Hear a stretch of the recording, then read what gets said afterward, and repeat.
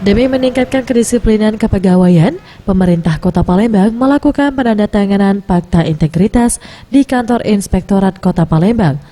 Menurut Fitriyanti Agustinda, Wakil Wali Kota Palembang mengatakan, dengan fakta integritas ini dapat menciptakan lingkungan pemerintah yang bersih, jauh dari KKN, dan tidak menerima suap dalam hal melayani masyarakat.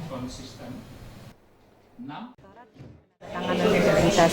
Kami berharap dengan penandatanganan integritas ini akan tercipta pemerintah yang jauh lebih bersih dari KKN, dari nepotisme maupun perbuatan-perbuatan yang lain lah. Apalagi kemarin kan kita sudah penandatangan juga pembentukan juga sahabat pungli ya. Kita harapkan dengan langkah-langkah yang diambil pemerintah, ke depan pemerintah kita akan menjadi pemerintah yang lebih kuat, lebih solid, dan menjadi pemerintah yang lebih bersih.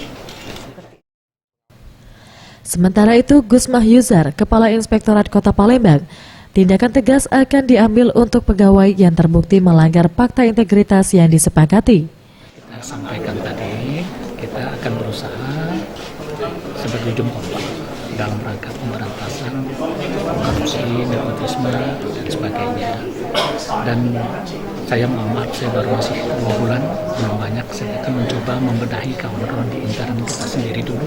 Kita perkuat lewat diklat, misalnya kalau kita pelatihan kantor sendiri dalam rangka mewujudkan mempunyai komitmen yang kuat kawan-kawan ini untuk melaksanakan tugas.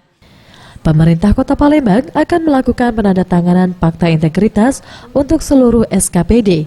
Hal ini dilakukan guna mencegah adanya pungli di sektor pemerintahan sesuai dengan instruksi Presiden.